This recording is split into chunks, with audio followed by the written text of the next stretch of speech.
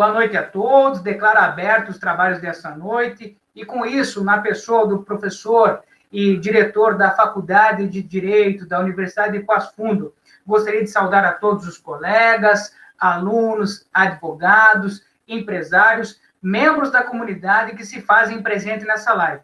Muito obrigado pela participação. Gostaria de saudar também, em especial, o professor e doutor André Esteves, que desde o início das nossas tratativas se mostrou muito acessível. É uma satisfação, doutor.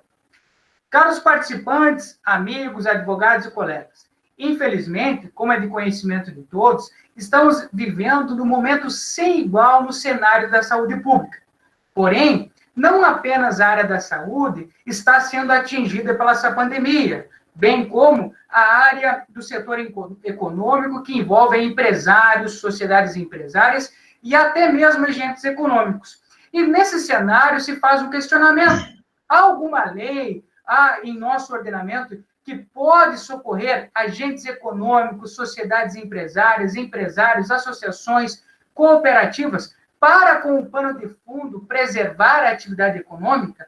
É nesse cenário que eu fiz o convite ao colega, advogado e professor André Esteves, professor da PUC, doutor em Direito Comercial pela USP, diretor executivo da Câmara de Arbitragem da Federação e advogado, para trazer as suas considerações sobre a análise da possibilidade jurídica de recuperação de empresas, de empresários rurais, associações, cooperativas e dentre outros. Muito obrigado, reitero, muito obrigado pela participação de todos, e em especial ao professor André. Está com a palavra para trazer as suas considerações. Uma satisfação, doutor.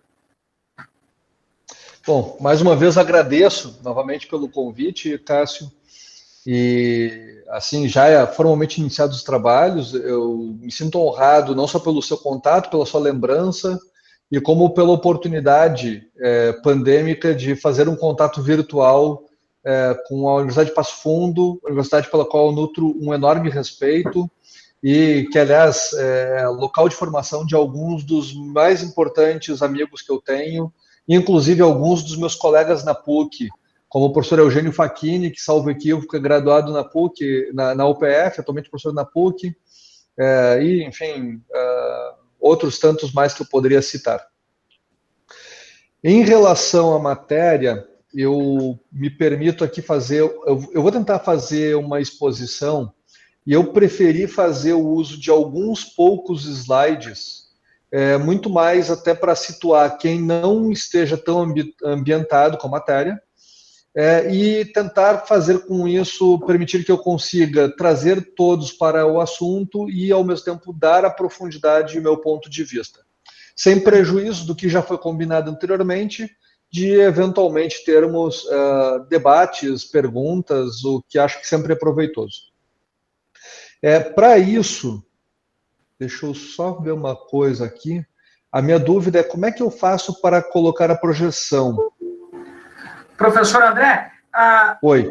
A barra ali, abaixo ali... Se o senhor... É o apresentar agora? Isso, apresentar agora. E daí o senhor compartilha a tela que o senhor tem interesse na apresentação. Isso, é uma janela, tá? Isso. Só relembrando aqui os demais participantes, se ao longo aqui da palestra do professor doutor André tem alguma consideração, pode deixar no chat, que eu vou copiando aqui para no final nós fazer um diálogo e um debate. Fiquem à vontade. Uhum. Deixa eu só colocar aqui. O senhor vai lhe apresentar agora e compartilhar. Tela 2. Deixa eu só ver. Vocês estão enxergando aqui a apresentação? Perfeito, professor. Estamos acompanhando. Seguinte, quais são os pontos? Meu interesse é trabalhar sobre a recuperação judicial de produtores rurais, associações, fundações e cooperativas. Quando a gente trabalha essa temática, eu preciso só fazer uma observação histórica breve, de 2 minutos, de algo que eu julgo muito relevante. Toda a noção de insolvência, enquanto falência, em sentido amplo, né? Hoje em dia a gente fala em falência, mas existe também insolvência.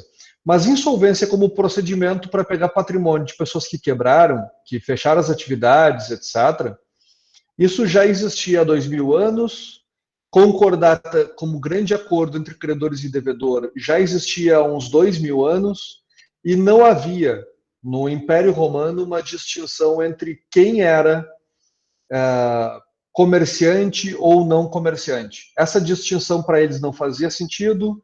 A distinção que eles faziam era apenas ao direito aplicável entre o cidadão romano e o estrangeiro. Dentro dessa perspectiva, o direito comercial nasce somente lá por volta do século XIII, mais ou menos, XIV, no norte da Itália, por razões muito particulares, em que um grupo econômico que era muito forte naquela época, no norte da Itália, começa a florescer o comércio entre cidades, e eles têm uma série de pontos a serem observados, como, por exemplo, a força do grupo em contraposição à fraqueza que o Estado central do Império Romano, que ainda existia, não tinha caído por completo, que não podia se opor. Então, o direito comercial, e aqui eu não quero explicar todo o direito comercial, mas ele não nasce de uma criação técnica, ele nasce fruto de uma pressão de um grupo que queria ter um direito para si.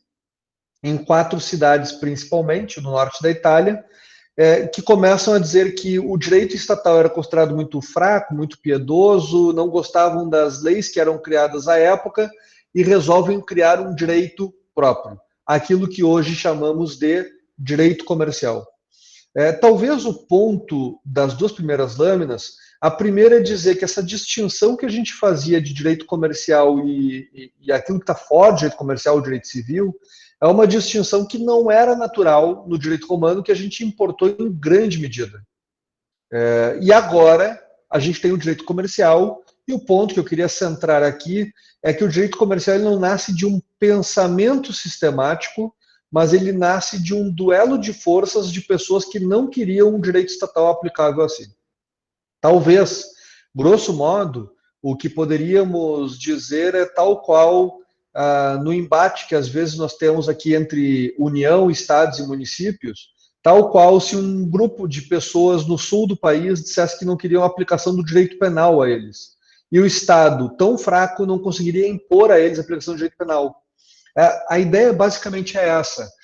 Portanto, o que eu queria aqui traduzir é o duelo de forças que surge e que dá nascimento ao direito comercial. Posteriormente, surge o direito comercial e surge a falência. Só que se a gente pega lá no Império Romano a gente já tinha uma série de coisas que a gente vê na falência de hoje em dia.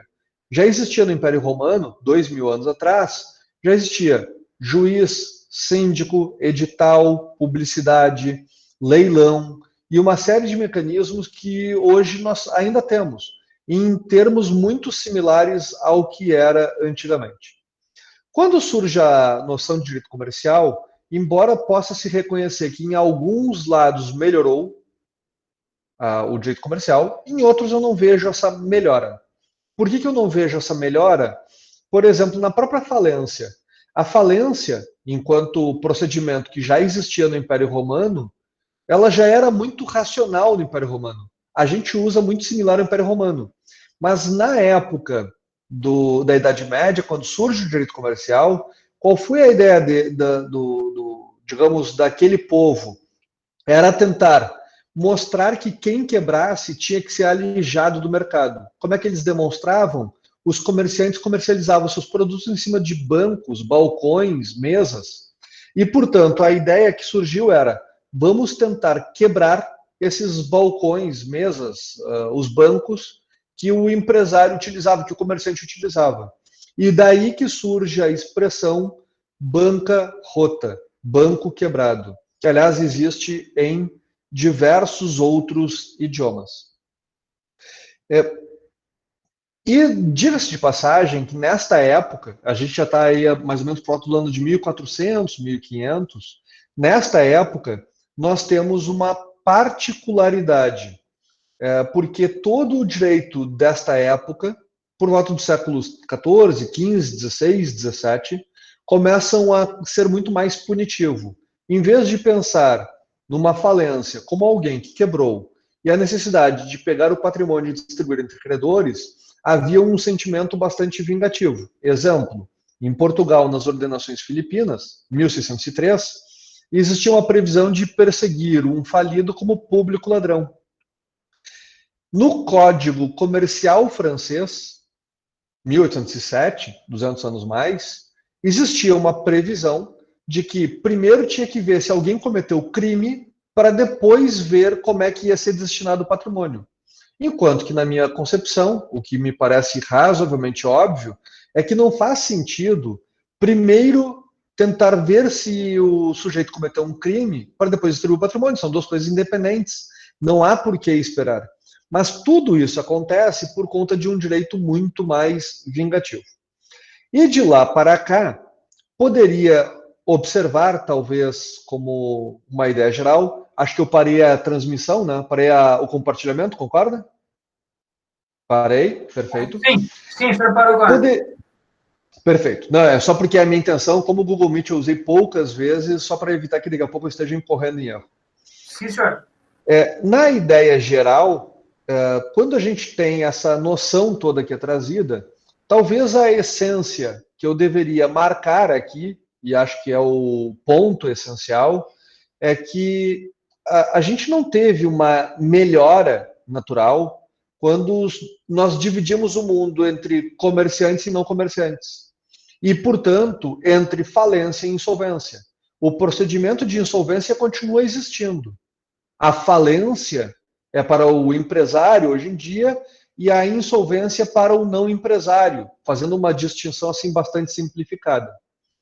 E essa distinção, ela percorre ao longo dos tempos. Por quê? Claro, a gente teve teorias, quem aqui tem mais idade acompanhou a teoria dos atos de comércio, que a gente copiou do modelo francês. A França adotou no Código Comercial francês, nós adotamos no Código Comercial de 1950. Esse modelo ainda é adotado pela França, ainda é adotado por Portugal, mas nós, como tudo, ou muitas coisas no direito, nós copiamos outro modelo que é a teoria da empresa. A teoria da empresa italiana, do Código Civil de 1942, a gente copiou o artigo 2082 e mais alguns outros artigos, e de fato, até hoje, nós usamos essa distinção da teoria da empresa, que é muito criticada fora daqui e aqui também. Então é criticada, por exemplo, em Portugal e na França como uma teoria considerada fascista, porque ela, na verdade, se justificou numa época de guerra como um mecanismo para utilizar empresas para servir a interesses de guerra, interesses bélicos estatais da época. E também nós temos a crítica na própria Itália e no Brasil. Por exemplo, para pegar uma crítica feita por um professor italiano, que foi endossada por um brasileiro, o italiano Vincenzo Bonocore, o brasileiro Haroldo Versosa, a crítica é mais ou menos a seguinte, é que pegando a teoria na versão seca, ela cria tantas particularidades com as quais nós não concordamos. Por exemplo, para ter uma empresa, eu preciso organizar mão de obra. E organizar mão de obra é um dos 4 requisitos da organização, porque é a atividade econômica organizada. Daí, um dos 4 elementos é organizar mão de obra. Então, imaginem que eu tivesse uma lavanderia e eu contrato 10 pessoas para lavar roupa na lavanderia. E já que eu tenho capital, eu tenho insumo, eu tenho tecnologia, eu tenho mão de obra, eu tenho fins lucrativos, eu exerço profissionalmente, eu vou preenchendo todos os requisitos para dizer que a atividade é empresária. Mas, imaginem só que com a tecnologia, em vez de contratar pessoas para lavar roupa, eu posso lavar roupa com máquina de lavar roupa. E daí eu posso demitir um, demitir outro, até que eu demito todos e eu mesmo atendo cada cliente pessoalmente. E atendendo cada cliente pessoalmente, eu coloco as roupas nas máquinas, eu devolvo as roupas e eu não preciso mais de empregados. Não precisando mais de empregados, eu não organizo mão de obra. Então, poderia-se dizer que pela teoria clássica da empresa, na versão clássica, a gente não tem mais uma empresa, porque a empresa seria uma atividade relativamente impessoal, eu faço tudo pessoalmente. E, portanto, eu poderia dizer que é o momento que eu demiti pessoas e, portanto, eu não contrato mais mão de obra, por tabela, por consequência, poderíamos afirmar, nesta ideia, que não existe mais empresa e, portanto, eu não tenho mais direito à falência, eu tenho direito à insolvência, e eu não tenho mais que falar em recuperação judicial, eu não tenho um mecanismo para reorganizar a minha atividade. E assim como eu digo esse exemplo, claro que a gente tem outros tantos mais que geram complexidade. Pela teoria dos atos de comércio, quem vendia bens móveis era comerciante, que era o caso, por exemplo, da livraria, que vendia livros. Mas uma imobiliária, mesmo que de muito grande porte, mas vende imóveis, quem vende imóveis não seria comerciante. E isso explicaria que a pequena livraria da esquina teria direito ao mecanismo da atividade empresária, enquanto que a grande imobiliária do grande centro da capital, etc., não teria direito à recuperação judicial ou ao procedimento de falência.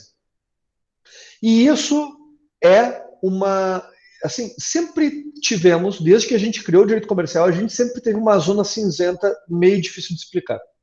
E é um pouco difícil de explicar por que a padaria da esquina é empresária e por que a Unimed não é empresária. Porque ela é uma cooperativa e cooperativas não são empresárias.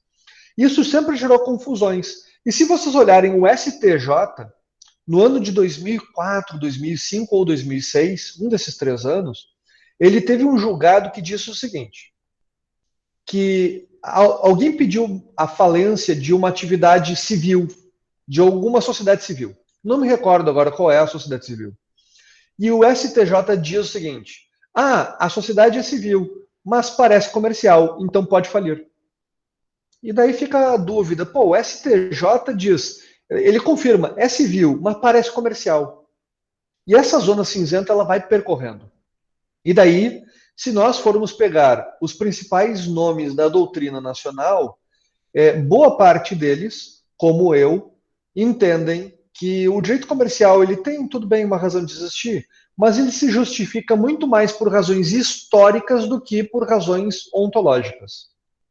Muito mais por uma razão histórica do que de uma lógica em si. Embora eu possa reconhecer particularidades. Mas eu não reconheço tantas particularidades assim, talvez a ponto de dizer que eu tenha que ter tamanhas distinções como nós estamos fazendo. E outros tantos acreditam que o direito comercial, que é o caso da professora Paula Forgione, da USP, entendem que o direito comercial se justifica muito mais por razões ontológicas, por causa de uma lógica própria dele. Mas mesmo a professora Paula Forgione, quando eu fui seu aluno de doutorado, ela apresentou uma pesquisa que ela estava fazendo à época, e ela foi perguntar, para que serve a teoria da empresa na prática? Qual é o uso da teoria da empresa? E a conclusão dela é que a teoria da empresa servia para 2 coisas. Primeiro, para alguns efeitos tributários, muito relacionado a ISS pela atividade profissional, né? Saber se eu vou cobrar para alíquota ou valor fixo. Então, é um pequeno efeito tributário, e particularmente se nosso sistema tributário fosse muito mais simples, eu acredito que muitos dos problemas que nós temos não existiriam, e essa discussão não existiria também. Então, tem um reflexo tributário, e o outro grande uso é para saber se alguém deve falir ou ser insolvente, ou para saber se alguém, eventualmente, tem direito à recuperação judicial ou não. Isso seria o grande uso. Aí poderíamos dizer assim, tá, mas André, só para isso que serve? Não, também existe uma discussão toda que isso acaba trazendo algumas nuances nos contratos empresariais, algumas diferenças de interpretação. No que eu concordo que exista alguma diferença, mas eu tendo a achar que é muito mais por falarmos entre profissionais e não empresários.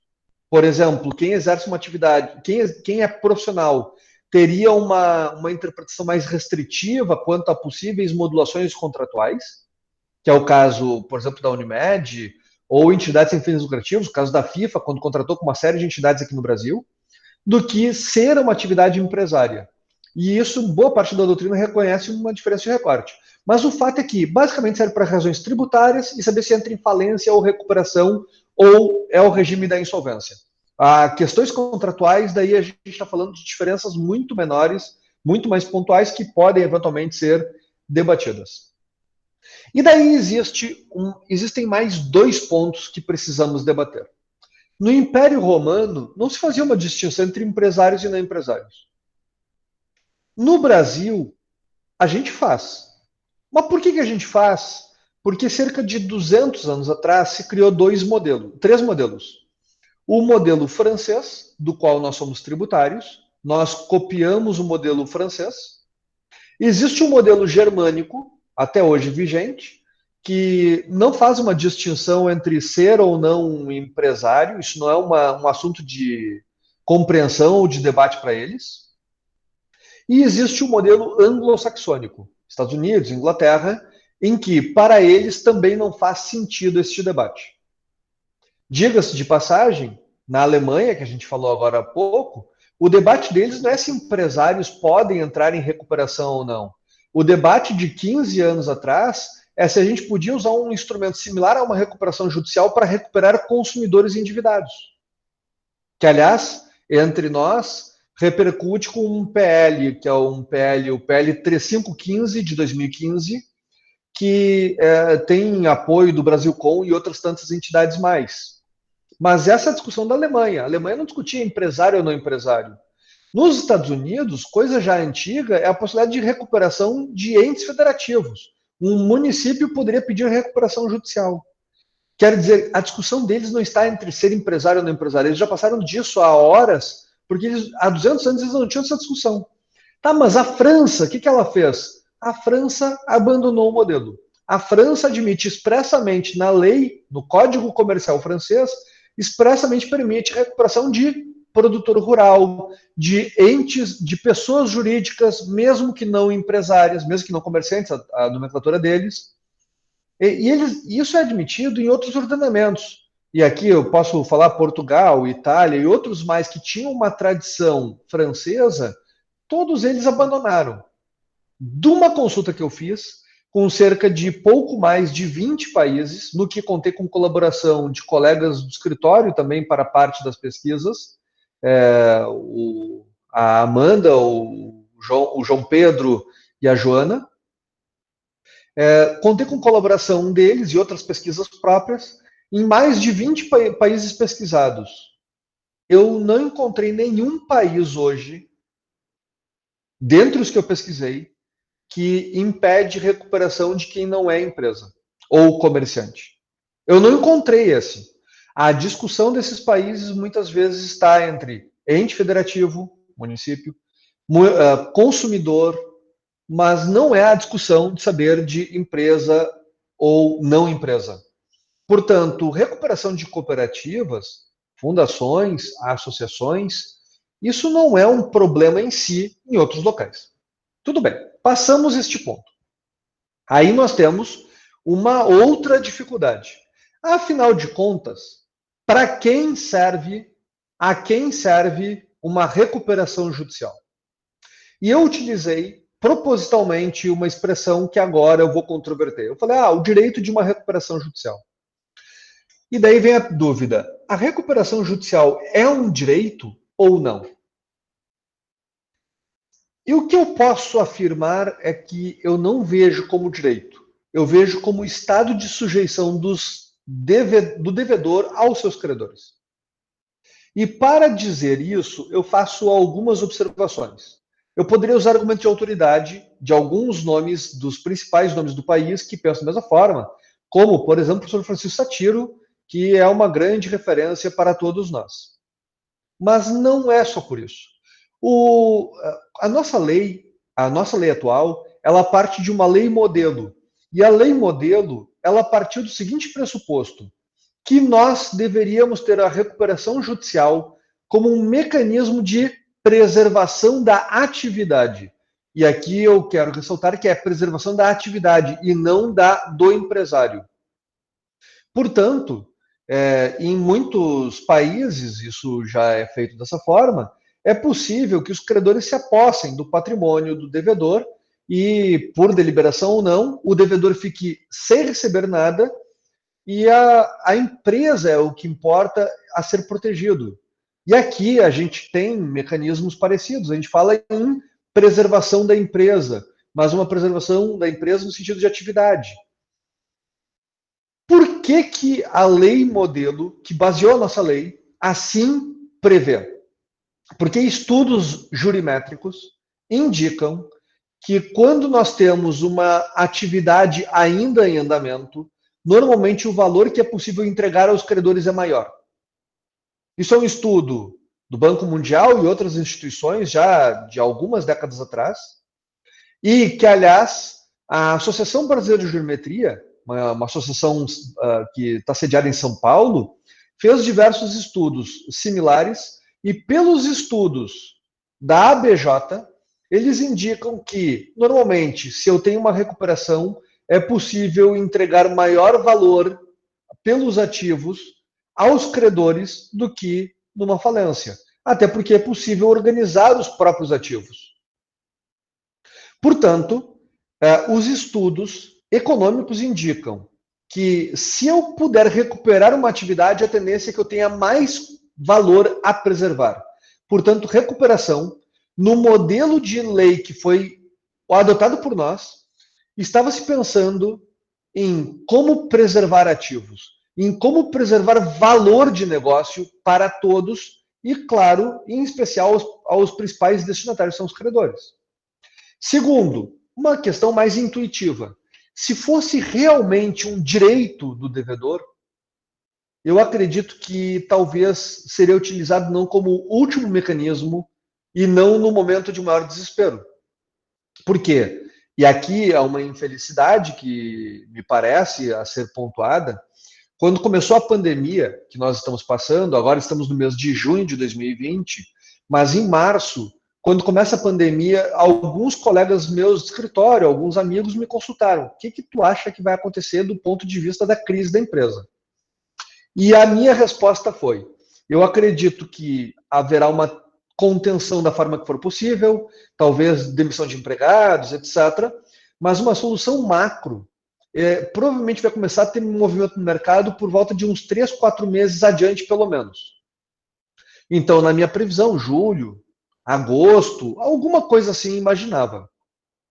Por que eu dizia isso? Porque, normalmente, apesar da crise estar sendo muito radical, a tendência é que as pessoas, em vez de procurar num primeiro momento a recuperação ou estudar os mecanismos, a tendência média do empresário é justamente ficar inerte. Buscar solucionar de outras formas. Se ele puder conseguir um empréstimo bancário, se ele puder demitir alguém, prorrogar alguma conta, não pagar tributos, ele vai tentar fazer alguma outra forma. Só quando ele não encontrar outra alternativa é que ele vai buscar a recuperação judicial. Se fosse realmente também um direito, eu acredito que seria usado talvez com maior vigor a recuperação judicial. Pelo contrário, acho que o meu testemunho que aqui empresto é o mesmo que normalmente os profissionais do mercado dizem. E o testemunho indica que as pessoas costumam, nestes casos, buscar como última solução. No que eu lamento, porque uma coisa é buscar a recuperação como última solução, mas planejar o plano B, acho que poderia ser feito antes. Eu não veria problema em alguém fazer consultoria agora para saber, caso eu precise, o que eu posso antecipar. Se eu fizer tal ato, isso vai impactar de alguma forma na recuperação? Acho que isso tudo mereceria um estudo com maior antecedência. Não é o caso, não é o que eu costumo ver na prática. E, portanto, o que eu vejo as pessoas fazendo no último momento. Mais ainda, pelos mecanismos atuais de recuperação, por mais que muitos credores não exerçam a pressão devida que poderiam exercer, mas, de fato, a pessoa, ao pedir recuperação, ela só sai de lá se os credores deixarem. Não é possível desistir se os credores não quiserem, e não é possível aprovar um plano se os credores concordarem. Até é possível aprovar com concordância de parte dos credores, mas existe um estado de sujeição aos credores, porque os credores são os principais interessados. Diga-se de passagem, a recuperação existe para tentar dar um tratamento mais ou menos igualitário entre os credores. Este é o funcionamento, esta é a ideia geral. E, portanto, se nós temos estes pressupostos, eu diria que a gente não tem que ver a recuperação como um direito a ser dado, e porque se fosse um direito, direitos normalmente são dados restritivamente, porque muitos referem, às vezes, equivocadamente, como um benefício. Quando eu vejo algo como benefício, eu interpreto restritivamente. Eu penso, é um benefício, eu não posso dar em grande quantidade, eu tenho que dar a conta-gotas. Se eu tiver duas interpretações, eu tenho que pegar a mais restritiva.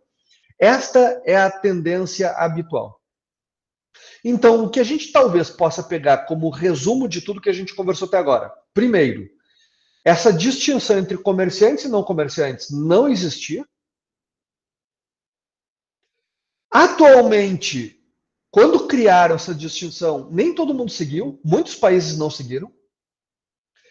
Recuperação entre os italianos é matéria de processo civil, não é nem de direito comercial. E atualmente, apesar de muitos países terem seguido essa tradição, meio que todo mundo já abandonou, menos o Brasil. Diga-se de passagem, e aqui um ponto que eu gostaria de ressaltar, a gente está tendo vários debates legislativos. Projeto Código Comercial novo, 2011, ainda permanece a dicotomia, empresário e não empresário.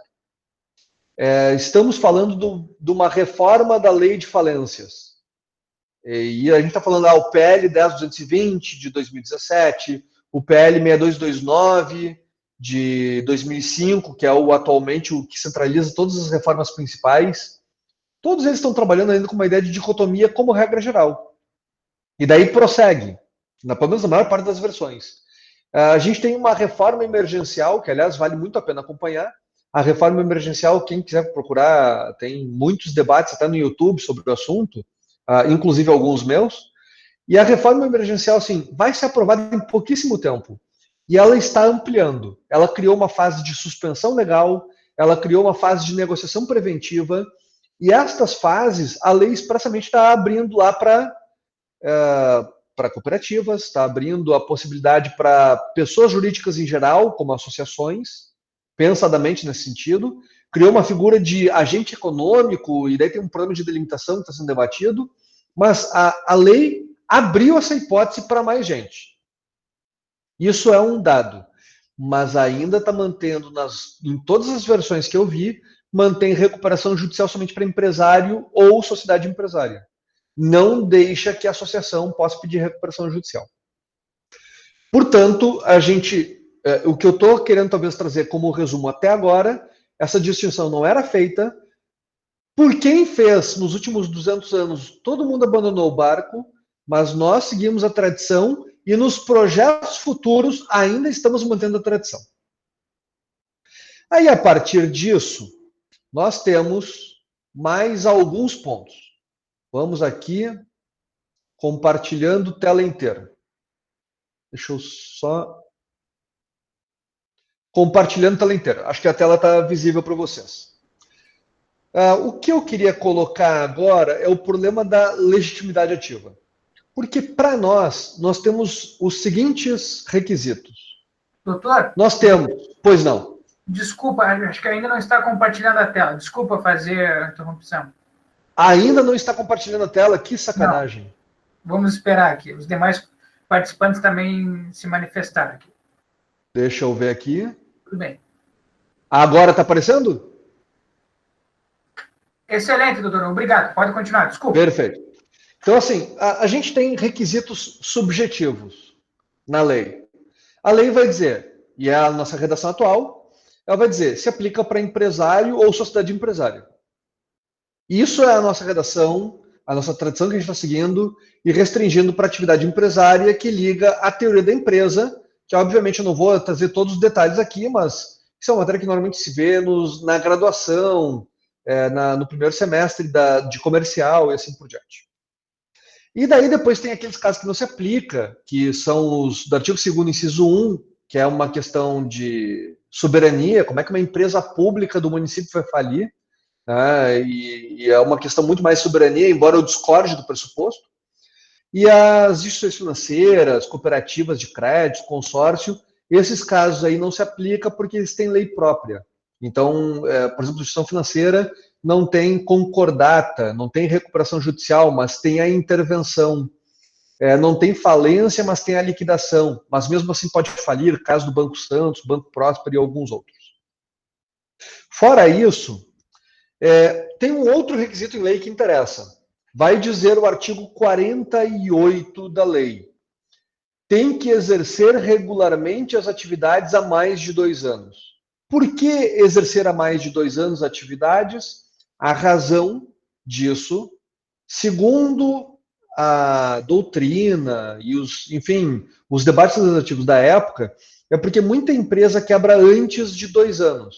Então se chegou à conclusão de que quem não chegou a 2 anos talvez não valha a pena recuperar. É um pressuposto do qual eu particularmente discordo também, e, diga-se de passagem, requisito de tempo entre uma recuperação e outra não é nada comum em outros países. Como é que se resolve? De forma muito simples. Isso aí se resolve simplesmente, basicamente, deixando para os credores. É assim que se resolve no resto do mundo. Se os credores acharem que aquela atividade não vale a pena, decreta a falência e está resolvido. Não tem por que prosseguir. E, portanto, nós temos esse requisito, exercer atividade há 2 anos. Mas uma observação, a lei fala exercer atividade há 2 anos, não fala exercer atividade empresária há 2 anos.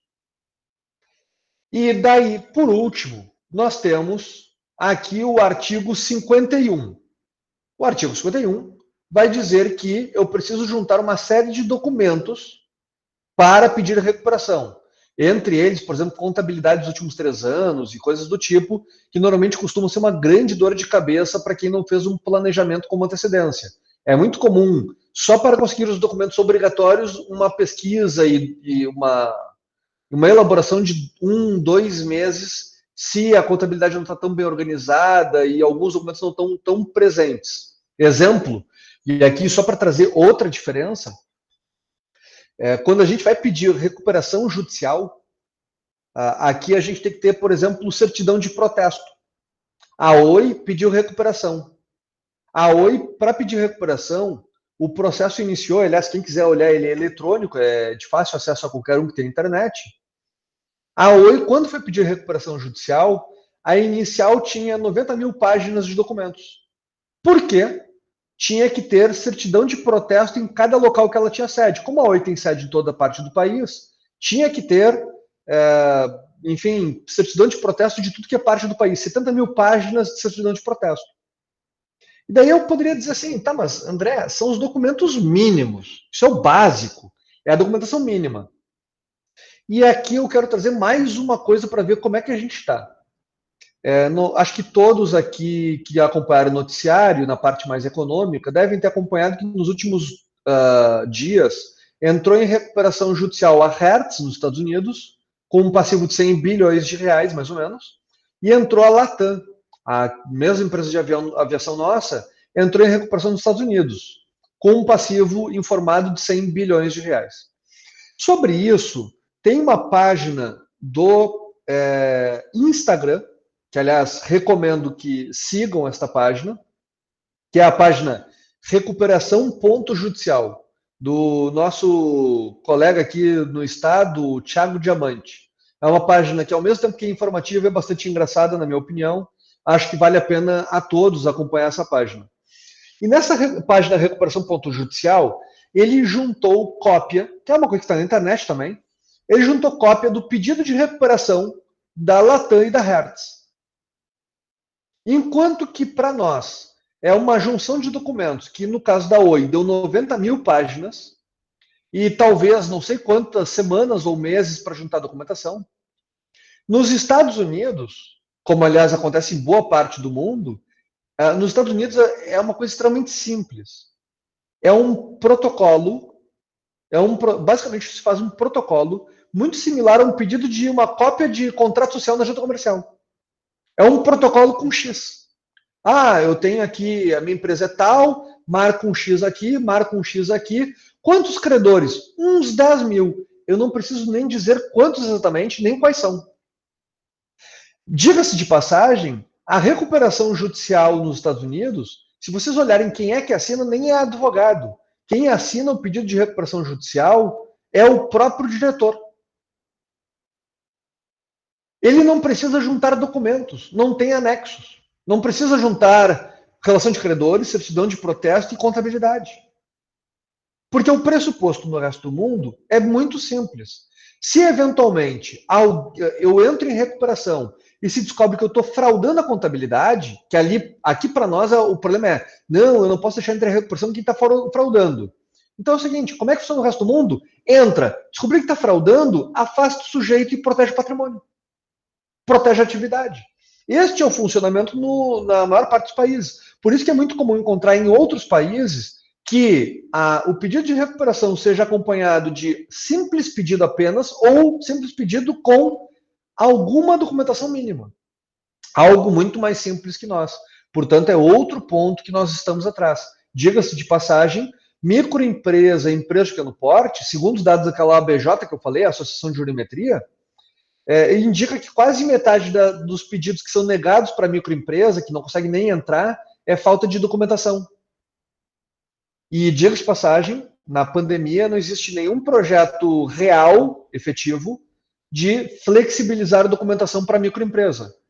Vale dizer, a gente tem um posicionamento que é tão rígido que eu até agora não encontrei nenhum país que é tão rígido para o ingresso da recuperação judicial. E isso me causa, digamos, um certo desconforto, porque a gente dá passos, léguas dos outros países, e não parece que chegaremos ao patamar dos outros países, mesmo com toda essa crise nos assolando. Prosseguindo aqui no que eu estava mencionando, eu acho que estou na apresentação de novo, nós temos aqui um outro artigo que interessa.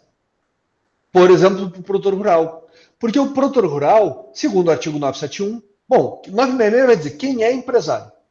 Aí vai dizer, pô, tem que ser inscrito. Mas o cara que exerce atividade rural, ele não é considerado, o sujeito que exerce atividade rural não é considerado ilegal porque não se registrou. Porque a lei diz expressamente que qualquer sujeito que exerça atividade rural, ele pode escolher entre se registrar ou não. É da escolha dele. E a lei diz expressamente que o sujeito que venha a se registrar ficará equiparado para os efeitos ao empresário sujeito ao registro, inclusive a possibilidade de pedir recuperação judicial. Algo que Erasmo Valadão, outro professor da USP, refere que a lei, na verdade, cria estímulos para que alguém se registre, mas o registro não é o que torna alguém empresário, é o conceito do artigo 966. E, portanto, poderia dizer que alguém que exerce atividade rural e não se registrou, irregular não é. E poderia se registrar agora, a lei permite se registrar a qualquer tempo. Mas, André, as pessoas vão exercer atividade rural, deve ser a pequenininha que exerce atividade rural como sem registro, sem ser atividade empresária? E a resposta que eu diria é não. Não é o pequenininho que faz isso. Então, mas por que o pequenininho não é só o pequenininho? Porque o grande também faz. Porque existe uma diferença tributária, mais uma complexidade que o nosso sistema tributário traz. Às vezes é incentivado que alguém tenha uma estrutura talvez menos corporativa, menos digna de um padrão de governança, porque tem um reflexo tributário. Então é muito comum a gente falar de casos enormes em cenário nacional, de recuperações como diversas da região centro-oeste, em que passivos de 100 milhões de reais, 200 milhões de reais ou mais, estavam exclusivamente em nome de um CPF de uma pessoa física. Isso tem acontecido. Claro, aqui no nosso estado não acontece com o mesmo vigor, porque a atividade da região centro-oeste realmente eles têm um porte maior e é possível encontrar, e portanto, lá pessoas devendo 1 bilhão, 2 bilhões, 3 bilhões de reais em recuperação judicial. Aqui, quando a gente fala de um porte médio, é diferente do porte médio ou porte grande da região centro-oeste. Mas a lógica é a mesma. Talvez com passivos aqui de 5, 10, 15, 20, 30 milhões de reais, nós temos uma grande quantidade de pessoas exercendo atividade como pessoas físicas. E daí surge a grande questão. Eu sou uma pessoa física, eu não estou registrado. Afinal de contas, eu preciso ter 2 anos de atividade empresária ou eu preciso ter atividade há 2 anos, mesmo sendo empresário recente. E, diga-se de passagem, os primeiros pensamentos sobre a matéria eram muito mais restritivos. E quando eu digo muito mais restritivos em relação à matéria, porque no início desses debates, no ano de 2012, 2013, existia uma tendência, essencialmente, de apenas considerar que tinha que ter 2 anos de atividade empresária, que isso era um requisito. Enquanto que, com o passar do tempo, isso foi ganhando um outro viés. Atualmente, a gente fala, efetivamente, na possibilidade de ter uma inscrição mais recente, às vezes 2 dias antes do pedido de recuperação. E, portanto, dentro desta ideia geral, surgem os novos legitimados. Os novos legitimados, não porque a lei não albergue a hipótese, mas porque, diante de todo esse contexto de inconformidade e por conta da forma como deve ser gerada a lei, nós temos outras pessoas que antigamente não eram clientes de recuperação judicial e passam a ser. Entre eles, produtor rural, que responde, o produtor rural, por cerca de 24% da atividade brasileira, é bastante importante, portanto, e nós temos diversos precedentes, nível nacional e nível estadual, embora com alguma desorganização em tribunais estaduais, mas o STJ sinalizando favoravelmente ao acolhimento do produtor rural para recuperações judiciais, no que o recurso especial mais importante no STJ é o recurso de número 1.800.032. Esse é por caso do produtor rural. No caso das cooperativas, nós temos uma situação um pouco mais discutível, porque nós temos sociedades que estão entrando como cooperativas e, portanto, como não empresárias. E daí a discussão é um pouco diferente para o produtor rural, que é o caso da Unimed Petrópolis e da Unimed Norte-Nordeste. São 2 exemplos aqui de cooperativas que ajuizaram efetivamente pedido e houve acolhimento, ao menos em primeiro grau.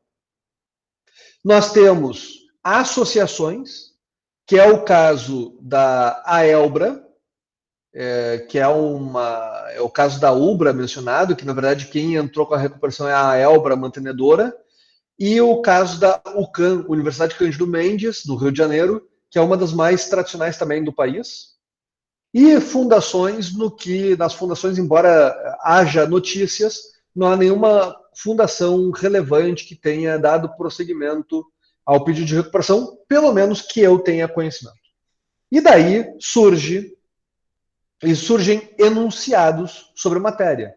Esses enunciados do Conselho de Justiça Federal, da terceira jornada de direito comercial, em 2019, se eu não me engano, do qual eu participei dos debates do grupo especializado, do grupo científico em Brasília, surgiram 2 enunciados, ambos que dariam guarida à recuperação judicial do produtor rural. Dentro desta ideia geral que eu menciono, eu colocaria alguns pontos. Temos que separar as hipóteses. E quando eu falo de separar as hipóteses, eu traria as diferenças. Primeiro, quando a gente fala do caso do produtor rural, me parece que a leitura mais adequada à lei, e a leitura que tem sido feita pela maioria dos tribunais, e pelo STJ, por maioria também, é que eu tenho que ter os requisitos na lei. Mas não significa que eu tenha que mesclar os artigos um no outro. Então, uma coisa é dizer, tem que ser empresário. Se eu faço o registro e eu atendo a teoria da empresa, hoje eu sou empresário. Regular. A regularidade, aí vem, bom, como é que funciona a regularidade? Lembrando, só para saber, pela teoria da empresa, e parte da doutrina que traz a controvérsia, mas não precisa nem registrar. Só estar, a falta de registro pode indicar uma eventual irregularidade da atividade. No caso do produtor rural, como a lei expressamente diz que ele pode se registrar ou não, regular ele sempre está. A questão é saber se ele tem 2 anos de atividade. Quando a lei fala que tem que apresentar cópia do registro, é cópia do registro, não é cópia do registro de 2 anos atrás. Então, se eu me registrar ontem e a minha atividade já tem 40 anos, eu teria os 2 anos de atividade, um requisito, eu teria o registro, outro requisito, e eu diria que é empresário, sociedade empresária. E, portanto, eu tenho que os requisitos devem ser isolados um do outro. Eu não tenho que fazer uma leitura conjunta dizendo que, já que diz que tem que ter atividade por 2 anos, a atividade por 2 anos tem que ser empresária. Isso é uma interpretação extensiva, que é parte da ideia que nós temos aqui, de que a gente tem que restringir, porque, afinal de contas, falamos de um benefício. No que seria parte da minha divergência. Mas, prosseguindo dentro deste ponto, tá, mas André, e o caso da Aelbra, o caso da Ubra, foi a mesma coisa? Na minha concepção, sim, embora com alguma roupagem um pouco diferente. Por que uma roupagem um pouco diferente? É que a Aelbra, a mantenedora da Ubra, já exercia a atividade há 40 anos, como a associação. Então, a atividade há mais de 2 anos tinha, 40 anos. À véspera do pedido, se transformaram em sociedade empresária. Houve uma transformação em sociedade anônima. Na minha concepção, o ponto da controvérsia que reside ou deveria residir é se eu posso transformar associações em sociedades anônimas. Porque existe uma controvérsia, da qual eu compartilho que, no mínimo, é controverso isso, embora em São Paulo já seja um assunto mais ou menos pacificado há uns 10 anos, e aqui a gente esteja enfrentando, por oportunidade, no caso da Ubra, as primeiras oportunidades de análise. Mas isso, eu teria assim, por mais que eu reconheça a controvérsia, parece ser um ponto superado. Pelas juntas comerciais, pela jurisprudência, parece estar sendo superado e assim por diante. Então, que pode transformar, embora eu admita controverso, pode, tudo bem. Se transformou, se transformou. Eu tenho, portanto, depois da transformação como sociedade anônima, que a atividade é empresária? É empresária. Tem registro na junta? Tem registro na junta. Tem atividade há mais de 2 anos? Tem. Portanto, para mim, o ponto que deveria ser o controverso deveria ser transformar. E não, depois de aceitar a transformação, todo o resto. No caso da Ubra, portanto, não deveria ser um problema. Mas vejam quais são as dificuldades. No caso da Ubra, justamente por a gente ainda manter um sistema tão fechado, eles pediram recuperação, acho que foi em maio do ano passado, e somente dia 13 de dezembro concluíram o julgamento no tribunal. Demorou cerca de 6 meses para ter a conclusão do julgamento. E, portanto, dentro dessa questão, a gente passou 6 meses de uma controvérsia que terminou no tribunal, pelo menos, agora tem recurso a Brasília, terminou no tribunal por 3-2. Gera uma instabilidade que, particularmente, é desnecessária. Não deveria existir, o nosso sistema não deveria albergar essa discussão. Mas o que nós temos como lição é que, se a associação não pode, bom, eu posso transformar e entrar em recuperação. Só eu preferia que o mundo não criasse essa restrição para não ter que criar todo esse mecanismo de transformação para atender a uma restrição que jamais deveria ter existido. No caso da Universidade Cândido Mendes, a discussão é diferente. É a associação também? É, mas a Cândido Mendes entrou como associação. Ela não se transformou. Ela se manteve como associação. E a Cândido Mendes expressamente disse que não queria fazer isso porque estava confiante na tese e porque não queria trazer outras repercussões. É que talvez transformar poderia trazer impactos financeiros por conta da repercussão tributária. Então eu não quero a repercussão tributária, então eu quero me manter como associação. Por quê? Claro, para a Ubra não fazia tanta diferença, porque ela já tinha um passivo de 6 bilhões de reais por conta de uma discussão de 10 anos atrás, que foi amplamente noticiada na imprensa.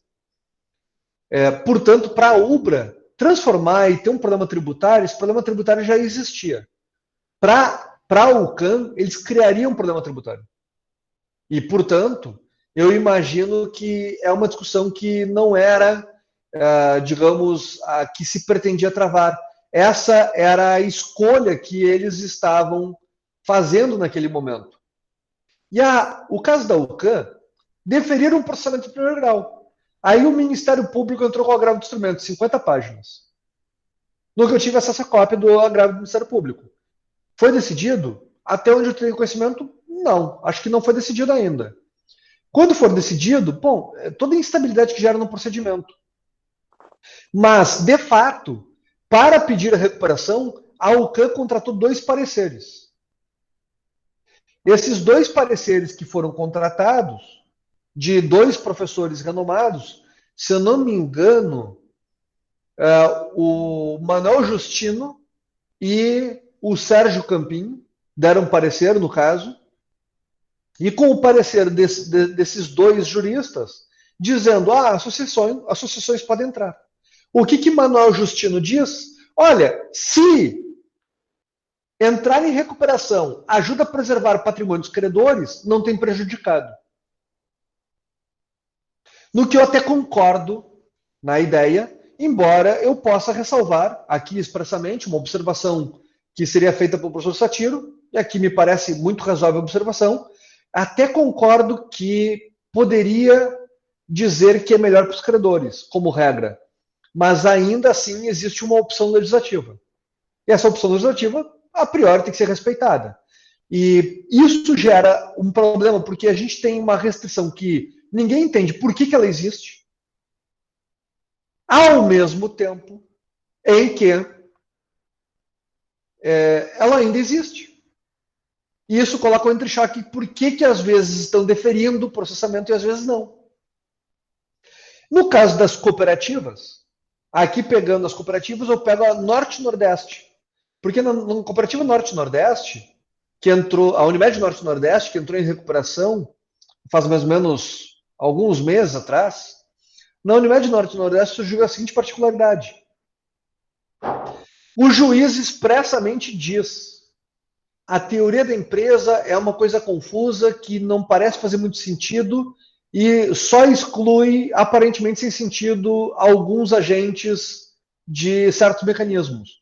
Já que achou a teoria da empresa muito confusa, então tem que ter direito a recuperação judicial para a cooperativa.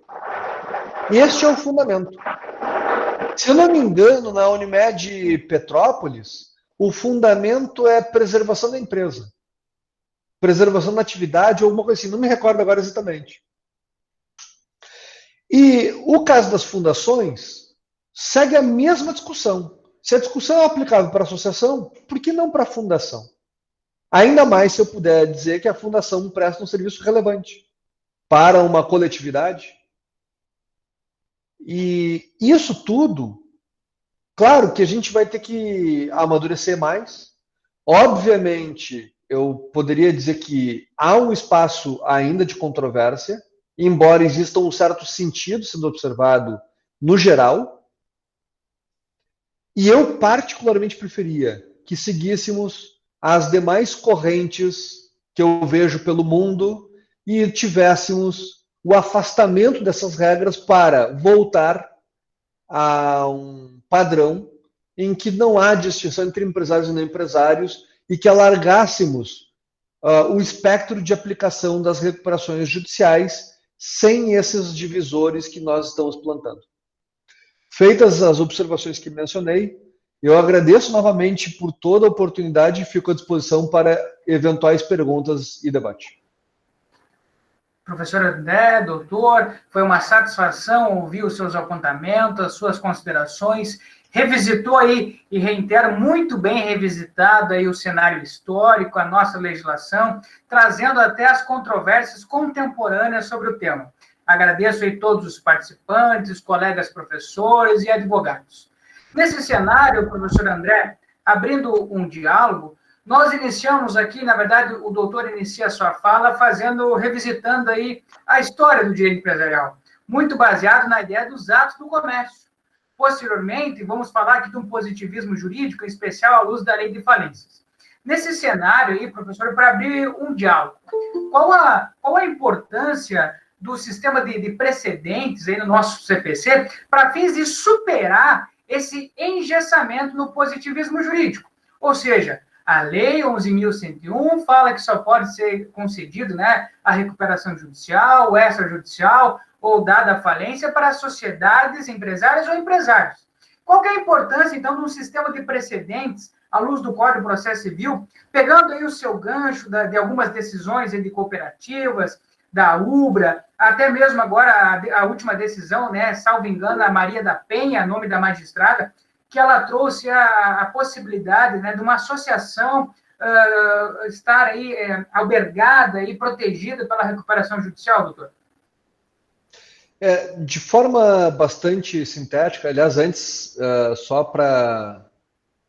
antes da prosseguimento aqui, vi aqui várias manifestações, só queria dar um alô geral, vi aqui nas mensagens aqui o César, a Caroline, o Gabriel, a Enaide, a Débora, vi muitas pessoas aqui que manifestaram, e eu fiquei muito feliz aqui, eu não vi a lista de todos que estão participando, mas pelo menos eu vi aqui no chat as manifestações. Em relação a este ponto, o que eu colocaria? Eu acho que, basicamente, a gente tem uma cultura que está se enraizando de precedentes, mas uma cultura pela metade. Isso traz alguns problemas. Traz alguns problemas porque eu vejo um enorme esforço do judiciário em fazer uma uniformização das suas posições e, ao mesmo tempo, eu não vejo, em muitas matérias, uma adesão muito forte da jurisprudência. E aqui eu não vou me gastar neste momento, salvo que queiram, mas eu conheço N matérias em matéria recuperatória, falimentar, geral, em que o STJ adotou uma posição e que os tribunais seguem dizendo em sentido diametralmente oposto, maciçamente ou em grande quantidade. E isso é um ponto que gera dificuldade. Claro que quando a gente pega a matéria do produtor rural, por exemplo, a gente deveria ter, talvez, julgados em que ficasse muito claro qual é a razão de decidir. Por exemplo, nos julgamentos em geral que a gente vê, muitas vezes existe um exercício muito grande de retórica e, às vezes, STF, por exemplo, que um ministro larga o voto, o outro larga o voto, o outro larga o voto, e daí tu sabe que foi decidido por tal coisa, mas não sabe por qual razão. E no sistema norte-americano, a noção de distinguish, como é que eu faço a distinção? Eu tenho que saber a razão de decidir. Se eu sei a razão de decidir, eu vou para a próxima etapa. Olha, aqui o fato é diferente, portanto, eu tenho a possibilidade de talvez decidir diferente ou não. E isso precisava existir com maior clareza. Então, é muito comum a gente encontrar em vários julgados sem uma razão muito clara. Por exemplo, não cheguei a falar e aproveito o ensejo. André, se tu fosse falar dos argumentos do produtor rural, tu é favorável à tese do produtor rural. E aqui aproveito para fazer um parênteses adicional. Se tu fosse usar um argumento favorável, que para ti é definitivo ou principal para decidir, e eu tenho um argumento principal, acho que tem uns 4 ou 5 argumentos para cada lado, desde argumentos econômicos, argumentos de lógicas do sistema, etc. Mas tem um argumento que eu julgo o mais importante de todos. É que, normalmente, o credor que está dizendo assim, olha, eu contratei com uma associação ou com um produtor rural não registrado e eu quero continuar com os direitos de quem está submetido à insolvência, porque se eu me registrar hoje, eu, produtor rural, a partir de hoje eu estou submetido à falência. Todos concordam com esse pressuposto, né? Eu posso me registrar e eu me submeto à falência. Mas o credor anterior, ele não nega a possibilidade de produtor rural se registrar. Ele apenas quer dizer que ele tem direito ao regime jurídico anterior de insolvência. Só que o problema é que se o produtor rural vier a quebrar efetivamente, ele não tem direito a um regime de insolvência, porque ele hoje está registrado e é empresário rural, a nomenclatura utilizada pelo Código. Se ele é empresário rural, ele tem que falir. E o credor anterior vai dizer, não, tem que ser insolvência. Eu teria que fazer 2 concursos de credores simultaneamente. Eu teria que ter uma falência e uma insolvência. Eu até poderia separar os credores anteriores e posteriores ao registro, mas o patrimônio é o mesmo. Como eu não consigo fazer 2 concursos universais sobre o mesmo patrimônio, eu tenho que fazer apenas um concurso. Quer dizer que a hipótese do sujeito que diz que tem que ser submetido ao regime anterior de insolvência, portanto, não tem direito à recuperação judicial, parte de um pressuposto que na próxima etapa, na eventual quebra, indica algo impossível, algo ilógico. E por esta razão, eu diria que é o principal argumento, porque este argumento não enfrenta contra-argumento. Em São Paulo, que foi o primeiro estado a identificar esse argumento, ninguém encontrou contra-argumento. O caso da Ubra, para mim, é a mesma coisa. Porque imagina o credor dizer, não, mas se registrou somente agora. Não, mas após registrado é falência. Como é que eu resolvo depois? Se vier a falir, tu vai dizer que tu é credor anterior e está submetido à insolvência, como é que eu faço 2 concursos universais de credores simultaneamente? E isso é impossível. E se eu fosse magistrado, um ministro do STJ, e fosse decidir, essa seria para mim a razão de decidir. Só que como cada ministro decide de uma forma, cada um larga o seu voto, às vezes fica um pouco difícil de dizer qual é o fio condutor. E isso, para mim, é algo que dificulta por demais. Porque, e aqui, fazendo também uma justa medida, os juízes são extremamente trabalhadores. Tem um grupo que pode eventualmente não trabalhar, e isso vai acontecer, como também existe no Ministério Público, na advocacia pública ou privada, na medicina, em qualquer área nós teremos. Mas, de fato, pelo volume de processos que nós temos, o juiz ele não tem capacidade de reflexão. Se eu fosse juiz, eu não teria como analisar, ainda mais numa vara judicial do interior, eu não teria como analisar todos os casos que sou submetido, tributário, previdenciário, ou reflexos trabalhistas, mesmo que não cuide da trabalhista, ou indenizatórios, de família, etc., comercial. Como é que eu vou analisar tudo isso simultaneamente? Não é viável. Eu não tenho condições de estudar tudo. Então, o fato é que eu tenho poucos minutos entre uma causa e outra, e eu tenho dificuldade de entender o que os tribunais superiores estão falando. Acaba ficando bastante difícil. Acredito que, pelo menos em matéria empresarial, com a noção de regionalização de varas, da qual eu fui um dos apoiadores ao início, e fico muito feliz que esteja se concretizando, que talvez a gente possa ter uma análise mais qualificada, porque teremos talvez poucos juízes analisando regionalizadamente todas as comarcas, atraindo competência para poucas varas no interior. A tendência é que a gente tenha talvez 7 varas no interior, pegando toda a matéria empresarial do interior, essencialmente, algo assim. Não sei se tem mais alguma dúvida, pergunta, fico à disposição. Obrigado, professor André, senhor, esse último ponto, e sem sombra de dúvida se faz necessário criar aí tribunais e juízes que julguem específico no interior, é muito difícil, mas essa linha de raciocínio está correta. Como um único julgador vai analisar inúmeras decisões, não há tempo de pensar na razão de decidir, né? E vamos fazer meia-culpa. Hoje nós estamos em um processo de judicialização. E esses dias estava lendo uma matéria, eu acho que com essa situação da pandemia, tudo será judicializado. Então, será muito trabalhoso e trará muita dificuldade essas análises mais pormenores de cada matéria. Doutor, mais uma pergunta, depois eu passo a palavra aí para os demais colegas fazer as suas considerações. Semana passada, eu fiz uma outra live com um grande colega aí, advogado, o professor Cássio Cavalli, também aí trouxe inúmeras considerações. E nós fizemos um diálogo aí sobre o direito comparado.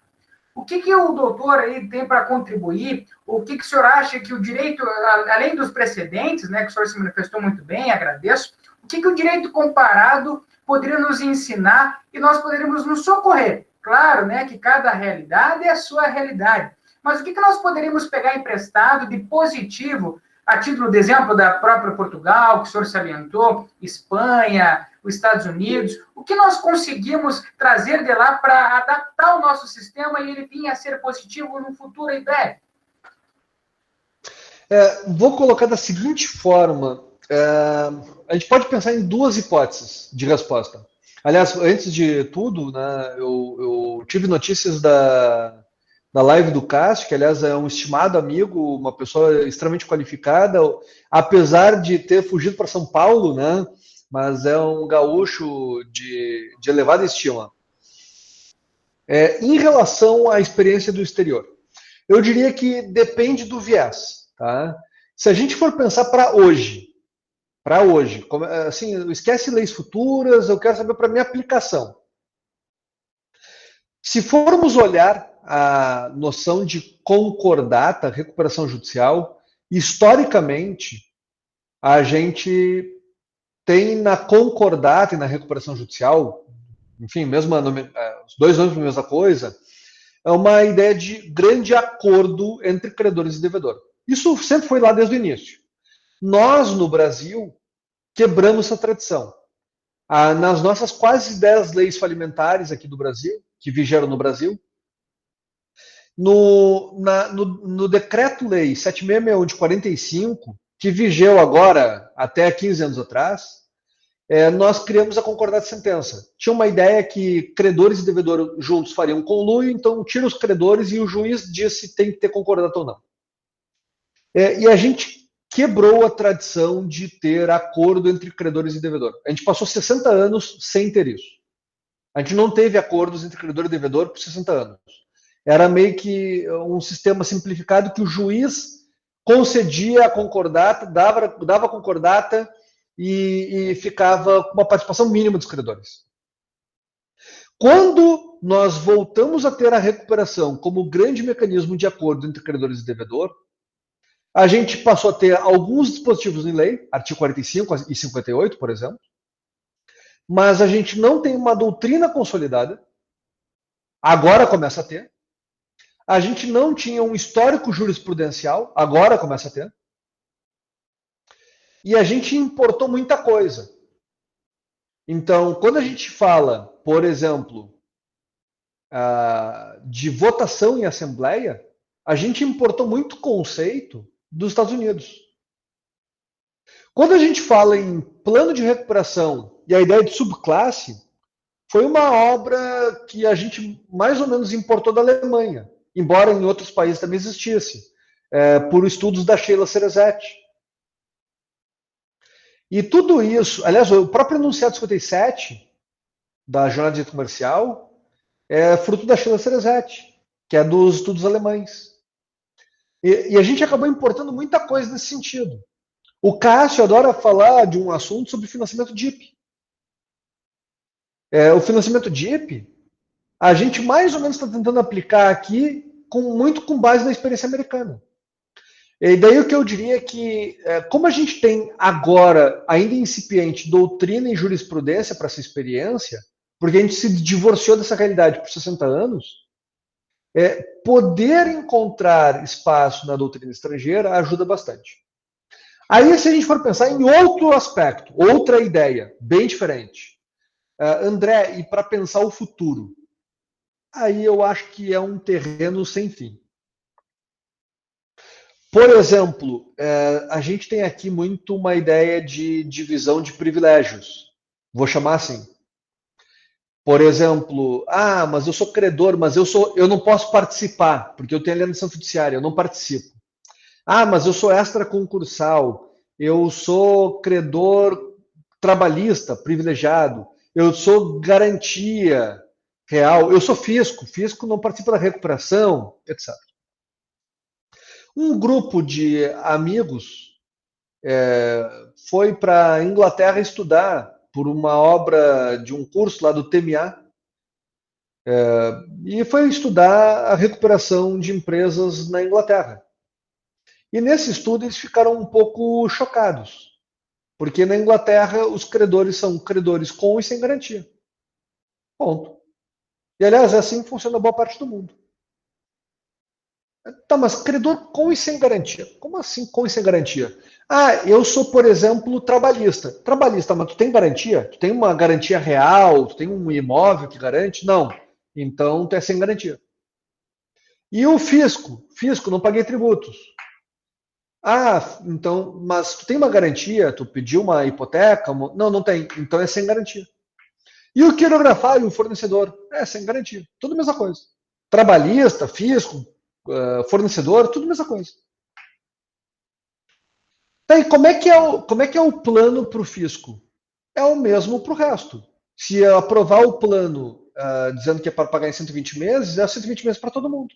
Se tem deságio, é deságio para todo mundo. Aqui é impensável isso dentro da nossa tradição, da nossa cultura. E a gente tem muitas questões que a gente começa a colocar credores que não participam. Então, por exemplo, a alienação fiduciária não participa, então bancos querem tudo com alienação fiduciária, cessão fiduciária de direitos creditórios, então nada participa. E é muito comum ver recuperações em que tem 80% dos credores que não podem ser estruturados por recuperação. E daí vem a discussão se eu vou discutir o registro do instrumento de alienação fiduciária para ver se encontro uma brecha, que são problemas que a gente cria por conta da nossa tradição. Porque em países mais desenvolvidos, normalmente o que existe como tendência é colocar todo mundo para dentro do jogo e tentar reestruturar. Aqui o que a gente faz é restringir muito o acesso à recuperação e quando entrar em recuperação, ainda assim, muitos credores não participam. Como é que tu reestrutura dívidas? E daí, portanto, a gente tem um drama muito grande, porque as empresas, quando conseguem entrar em recuperação, elas têm tantas travas que não conseguem fazer uma real recuperação. Diga-se de passagem, para pegar um exemplo conhecido, não sei se vocês conhecem um tal de Trump, alguém já ouviu falar? É um cara um pouco conhecido, etc. E o Trump ele já recorreu à lei falimentar americana 4 vezes. Enquanto que aqui no Brasil, acho que teve o caso da Istoé. É o primeiro caso que eu tenho conhecimento de alguém que usa novamente a lei falimentar 2 vezes. Porque a tradição é diferente. Porque o funcionamento é diferente, a cultura é substancialmente diferente. Aqui eu não consigo imaginar que passe no Congresso dizer trabalhista vai ter o mesmo privilégio que qualquer fornecedor. Eu não consigo imaginar. E o consumidor vai ser tudo a mesma coisa. O consumidor tem tratamento diferente também. Ele é privilegiado geral. E a gente tem toda essa trava que não me parece que faça parte de um sistema mais evoluído. Obrigado, doutor. Foi uma satisfação. Para fins de privilegiar os participantes, colegas professores, advogados, alunos, estão com a palavra. Se alguém quiser fazer uso do microfone, fica à vontade para fazer alguma pergunta ao nosso doutor e palestrante André Esteves. Estão com a palavra. Eu já verifico aqui, doutor André, que o colega Felipe Tavares, ele trouxe para nós aqui uma pergunta para o colega. Ele trouxe aqui o que o senhor achou, né, os fundamentos do julgamento do caso Pupin pelo STJ. O caso Pupin pelo STJ teve um julgamento por 3-2, né, teve uma maioria, digamos, apertada, e vai ser um grande balizador para todos nós. O que se discutia no caso do recurso especial mencionado, na verdade, é um assunto que é curioso, porque se debatia a possibilidade de, me inscrevi, me registrei, e de créditos anteriores participarem. Porque na discussão do produtor rural existem 2 discussões. Se pode aceitar o processamento da recuperação, isso é uma discussão, e existe uma outra discussão também, igualmente presente nos tribunais, se, depois de aceitar o processamento da recuperação, se o crédito anterior ao registro também participa. No geral, eu diria que eu gostei do julgado STJ, embora, claro, apresente divergência quanto à posição minoritária, mas a posição foi muito mais de demonstrar que preenche os requisitos legais. Também se falou um tanto em preservação da empresa. Nesse sentido, o que eu diria é que seria um argumento de preservação da empresa, um argumento desnecessário, porque não tem por que falar em preservar a empresa se eu já estou cumprindo os requisitos legais. Então, eu tenho algumas divergências de alguns pontos do julgado, como também eu tenho divergência quanto a alguns pontos do julgado do caso da Ubra, que também, embora a posição predominante, eu concordo com a posição predominante, eu discordo de alguns pontos do julgado, que também, no caso da Ubra, também falou de preservação da empresa, etc. Quem olha aquele julgado dá a sensação assim, não cabia, mas já que eu não tenho outro caminho, eu vou usar o princípio para poder utilizar. Enquanto me parece a discussão é muito mais sólida do que tentar usar um princípio para tentar fazer uma burla à lei. Bem pelo contrário, me parece que preenche exatamente de acordo com a lei, em ambos os casos, tanto o caso Pupim, quanto no caso da Ubra.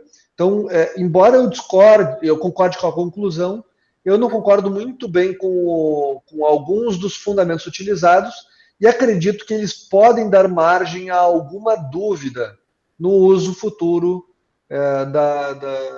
do julgado como referência.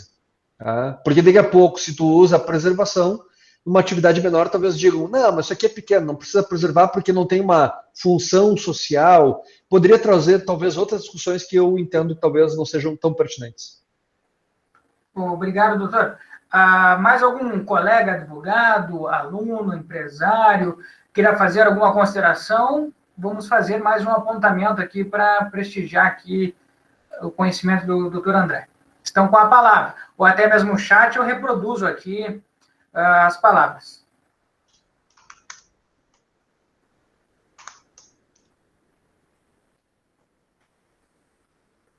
Doutor, enquanto verificar alguma manifestação, desde já, né, eu gostaria de agradecer a sua disponibilidade, né, se mostrou muito solícito, né, quando eu fiz o convite, um caloroso abraço, foi uma satisfação conhecer, né, um pouco do seu conhecimento. Eu verifico aqui, o senhor tem muita paixão pelo assunto, e nesse cenário, quando a pessoa traz aí o assunto de forma apaixonada, fica muito prazeroso, né, nós estarmos ouvindo. Então, eu agradeço imensamente, um caloroso abraço, foi uma satisfação. Eu espero que numa outra oportunidade, a nossa academia venha lhe receber aqui de forma presencial, por o senhor trazer mais uma consideração sobre o tema que tem muitas controvérsias e que nós precisamos revisitar, em especial diante desse cenário econômico que o nosso país vem passando. Precisamos salvar nossas empresas, precisamos salvar os nossos países, precisamos salvar empregos. E tudo isso vira na necessidade de uma empatia, num diálogo entre empresários, não empresários, sociedade, agentes econômicos, poderes, para, com o objetivo, superar esse momento.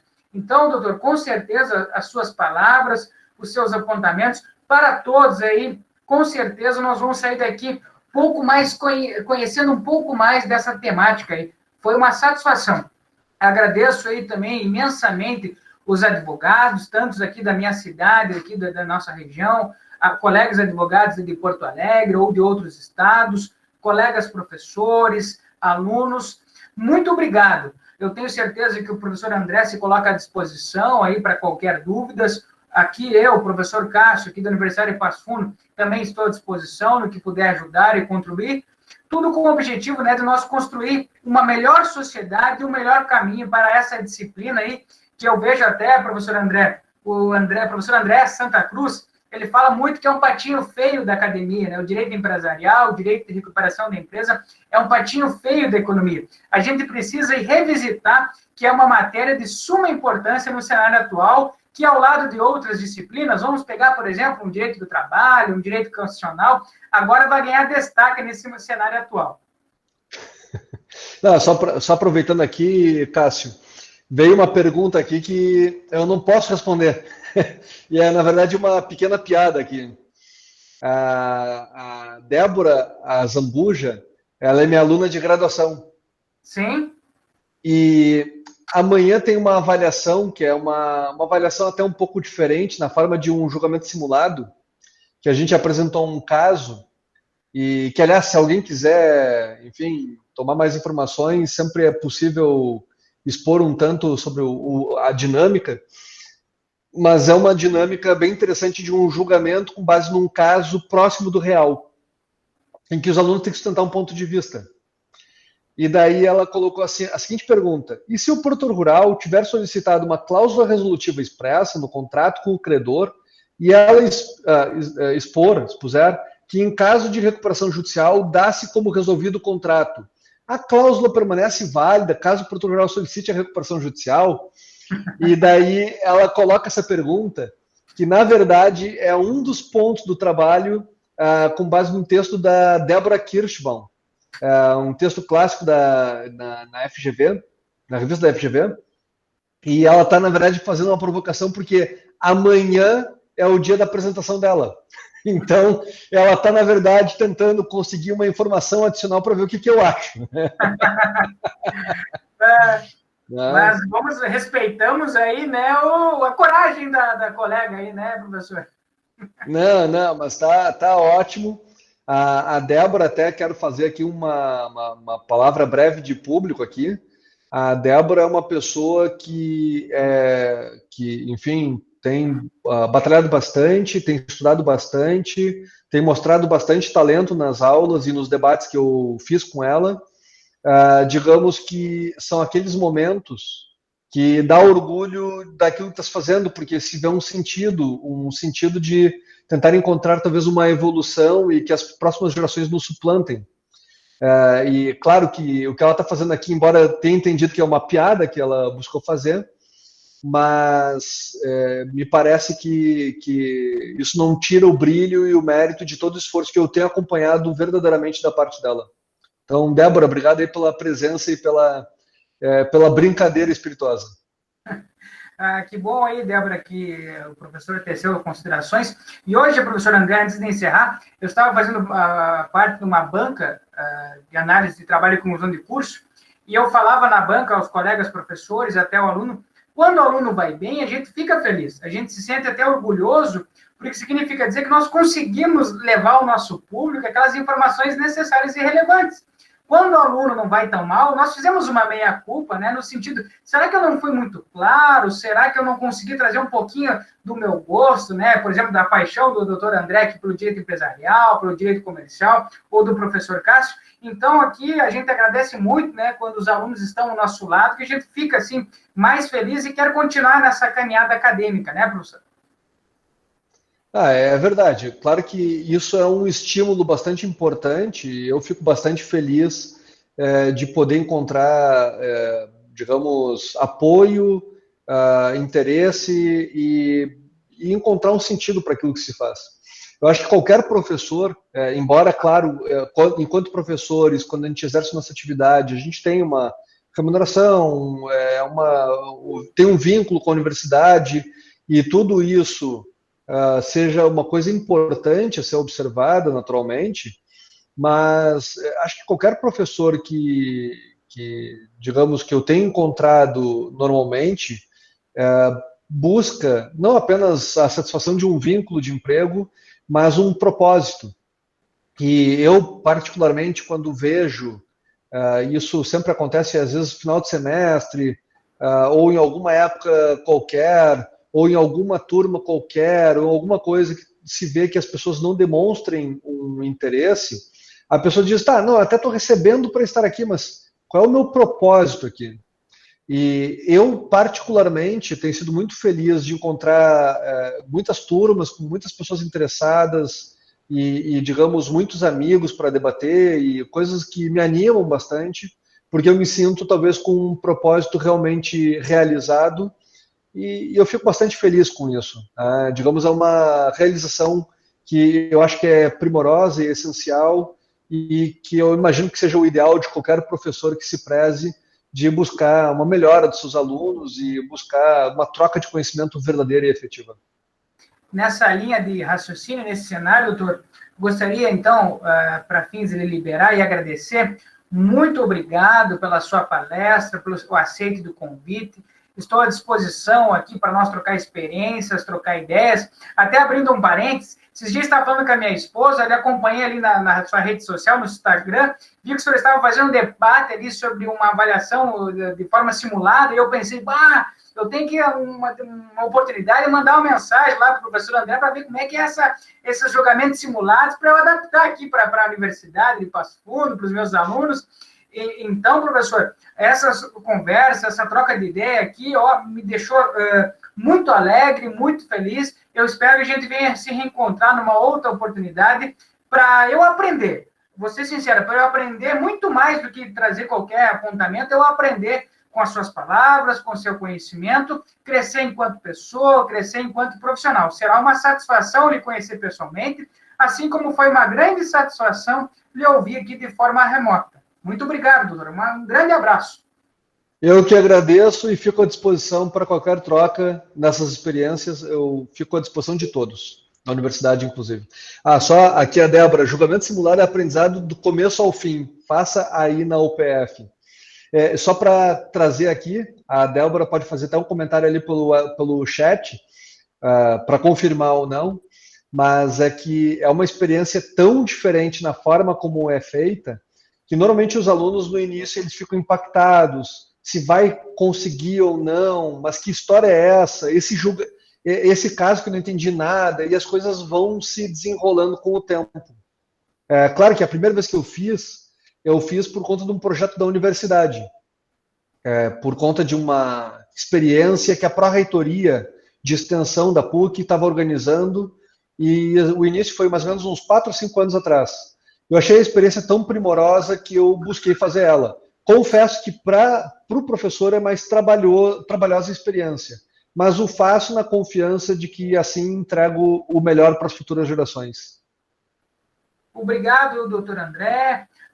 E com isso, então, agradeço aqui a participação de todos os colegas advogados, empresários, alunos. Foi uma grande satisfação, doutor André. Uma boa semana, um grande abraço, aí fique com Deus, o senhor e a sua família, e até breve. Espero um dia poder encontrar e tomar um belo café e trocar algumas experiências. Com certeza eu vou aprender muito com o colega.